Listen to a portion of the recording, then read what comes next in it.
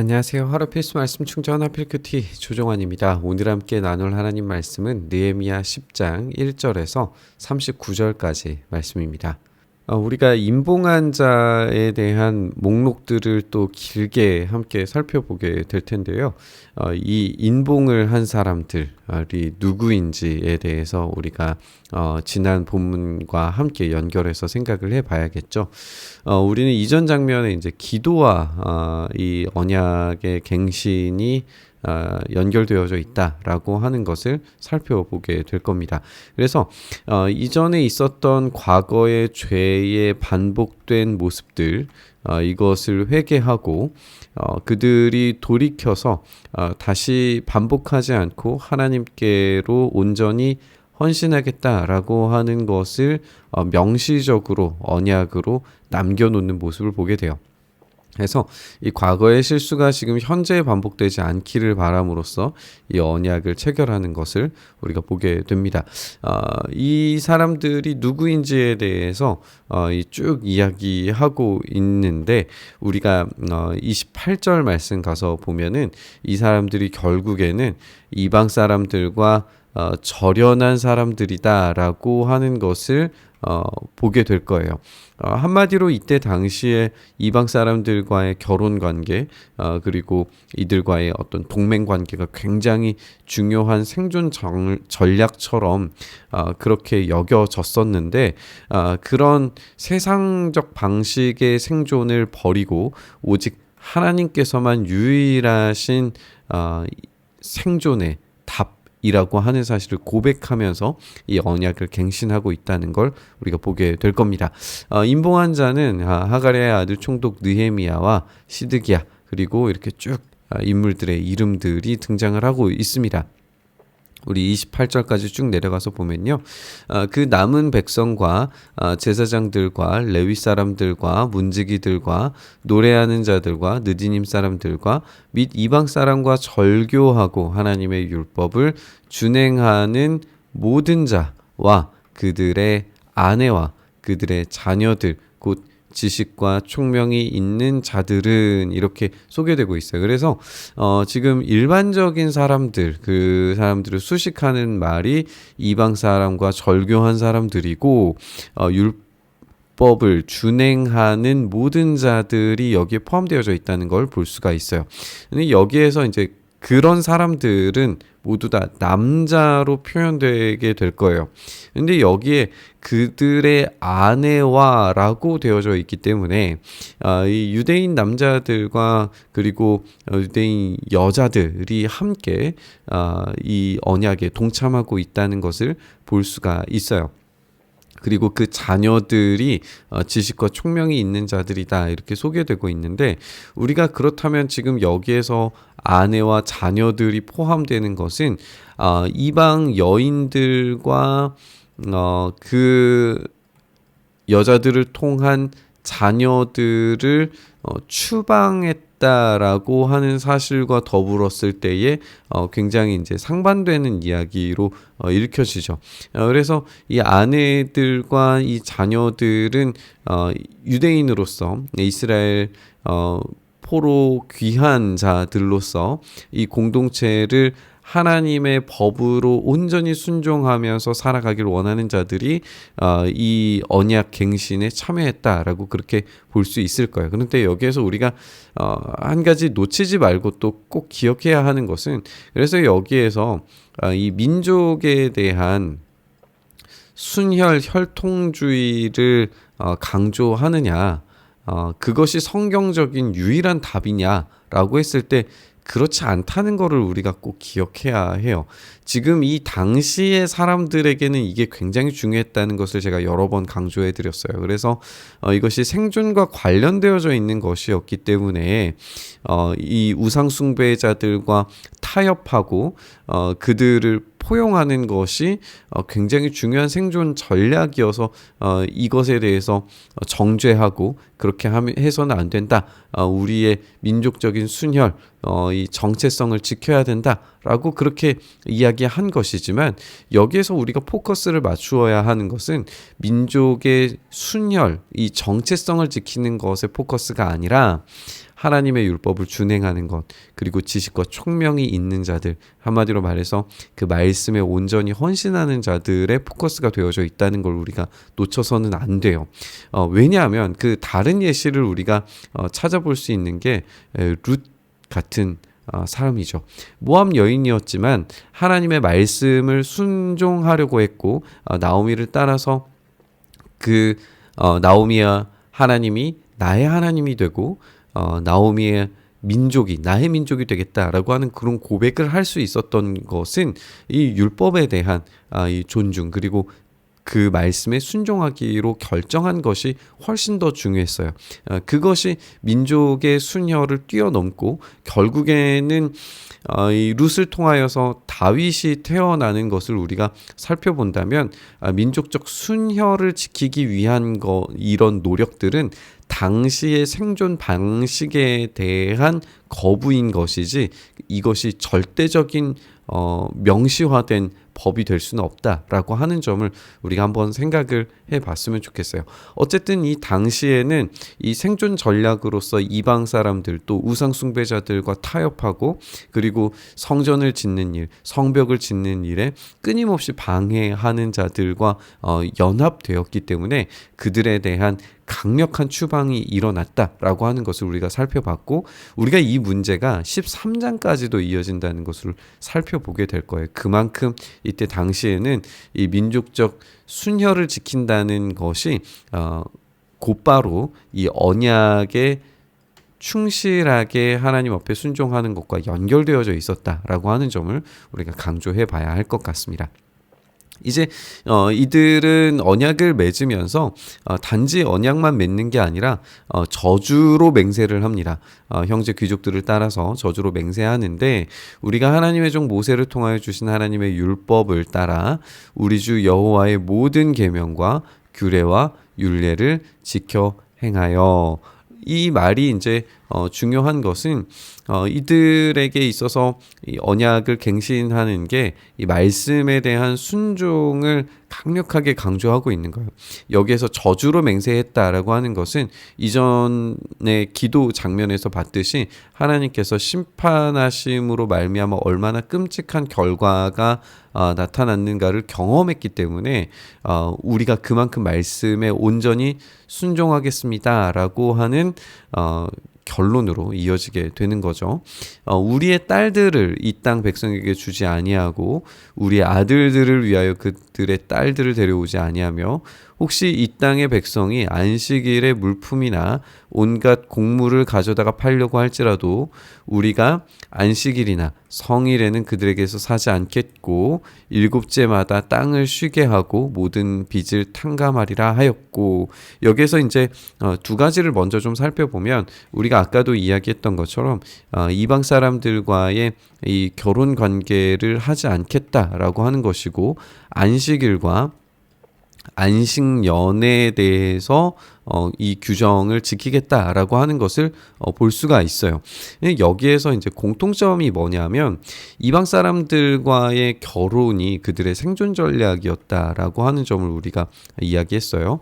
여기에서 안식년과 또 안식일을 지키는 것도 마찬가지로 그 당시 사람들에게서는 생존과 굉장히 밀접한 연관이 되어져 있었을 거예요. 그 날에 일을 해야 조금이라도 더 먹고 살 수 있었겠죠. 그런데 지금 이 장면에서 언약을 갱신하는 이들이 선택하는 건 뭐냐면 세상 방식의 생존 전략을 거부하겠다는 거예요. 그게 아니라 오로지 하나님께서 우리의 생존 전략이시다라고 하는 것을 고백한다는 거죠. 유일하게 하나님께서 우리의 삶을 책임져 주실 때에 우리가 모든 이 땅에서 약속된 복들을 누릴 수 있습니다 라고 고백하는 거예요. 그렇게 이 세상적인 생존 전략을 거부하고 오로지 하나님께서 명령하신 생존 전략에 따라 율법에 순종하고자 하는 모습을 우리가 보게 됩니다. 우리가 또 스스로 규례를 정하여 해마다 각기 세겔의 3분의 1을 수납하여 하나님의 전을 위하여 쓰게 하되 곧 진설병과 항상 드리는 소제와 항상 드리는 번제와 안식일과 추하루와 정한 절기에 쓸 것 성물과 이스라엘 위하여는 속죄제와 우리 하나님의 전의 모든 일을 위하여 쓰게 하였고 이제 헌물을 드리게 되는데 이 헌물의 기능이 뭐냐면 이 하나님의 전에서 드려지는 예배가 멈추지 않도록 하는 거예요. 우리의 예배의 목적이라고 한다면 하나님과의 만남이죠. 한마디로 말해서 이들은 하나님과 만나는 그 예배가 멈추지 않도록 할 거예요.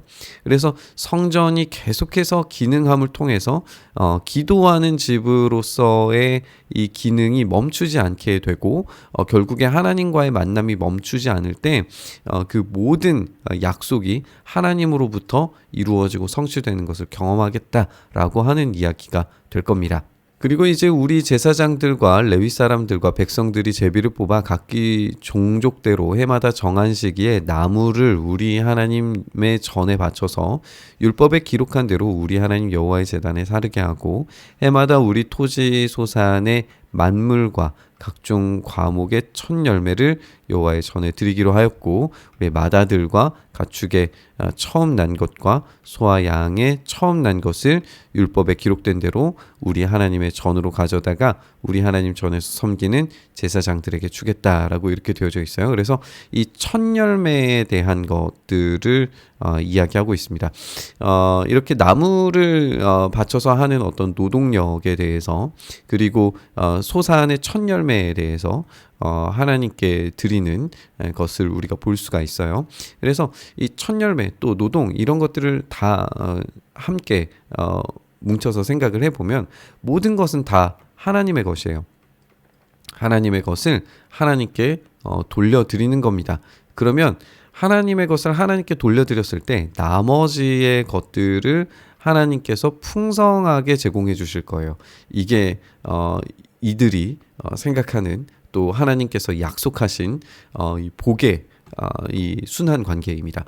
우리는 지난 기도의 과정을 통하여서 이 죄의 반복된 서클을 확인을 했었어요.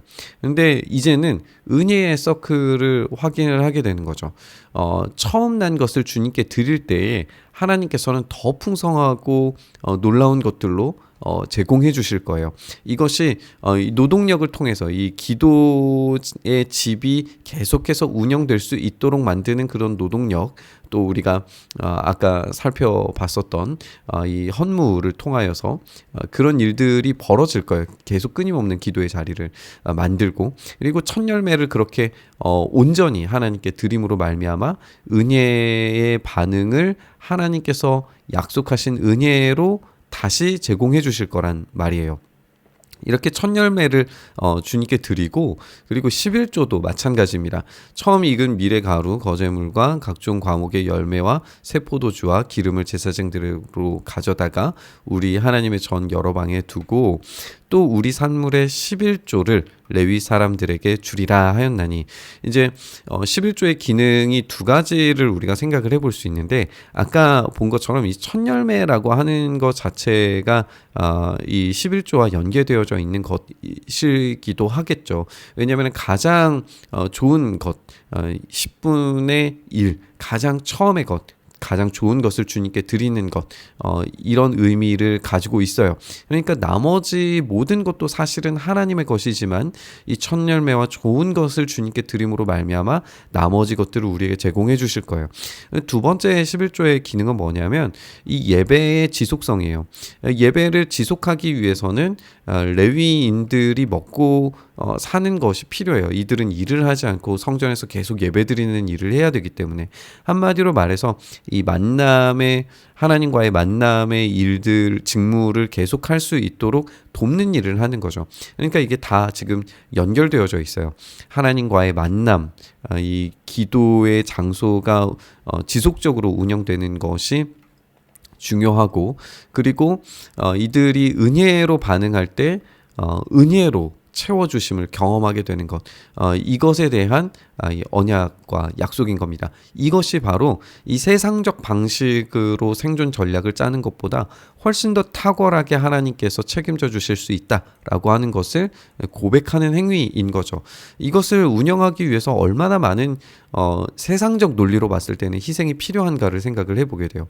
11조 또 첫 열매를 드리는 것, 이것은 굉장히 미련하게 보일 수도 있는 선택일 겁니다. 그러나 이것이 은혜로 반응하는 것이고 하나님께서는 은혜로 반응하는 자들에게 더 큰 은혜로 제공해 주신다라고 하는 것이 이 언약 안에 체결되어져 있는 겁니다.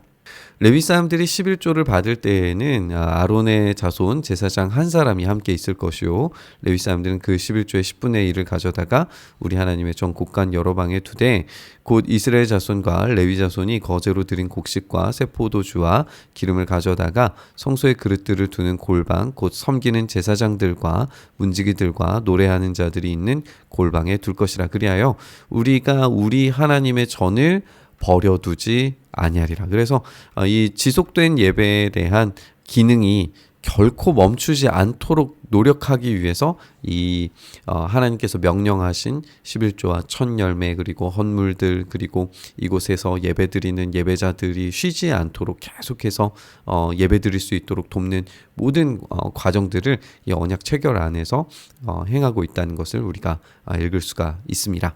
결국 가장 중요한 것은 하나님과의 만남을 멈추지 않겠다라고 하는 선택입니다. 그리고 그 하나님과의 만남을 지속함을 통하여서 은혜로 반응하고 은혜로 채워주시는 유일한 생존 전략을 주님께로만 두는 이 선택을 했다라고 하는 사실이 오늘 본문에서 중요하게 우리가 묵상해야 될 포인트인 것 같습니다. 오늘 우리가 오직 주님만을 선택할 수 있기를 바라고 소망합니다. 그리고 주님과의 만남이 멈추지 않고 이어지기를 간절히 바라고 소망합니다. 그래서 하나님께 은혜로 반응하는 우리의 삶을 통하여서 하나님께서 더 풍성하게 은혜로 제공해 주시는 놀라운 역사를 경험할 수 있기를 간절히 바라고 소망합니다. 그 새 언약을 우리 주님께서 십자가 위에서 체결하셨고 우리가 은혜의 보좌 앞으로 담대히 나아가 주님을 만날 수 있게 되는 줄 믿습니다. 우리가 그 은혜를 풍성하게 누리면서 또한 그런 기도의 자리로 은혜의 자리로 나아갈 수 있기를 간절히 바라면서 우리 묵상의 자리로 나아가시죠. 주님, 그렇게 우리가 주님만을 선택하겠습니다. 주님 안에서만 은혜로 반응하겠습니다. 그래서 세상적 방식이 아니라 오로지 주님의 방식대로 이 땅을 승리하며 살아가게 하여 주시옵소서. 그렇게 우리의 유일한 생존 전략 되어 주시기를 간절히 바라고 소망하며 우리 주님 예수님 이름으로 기도드리옵나이다. 아멘.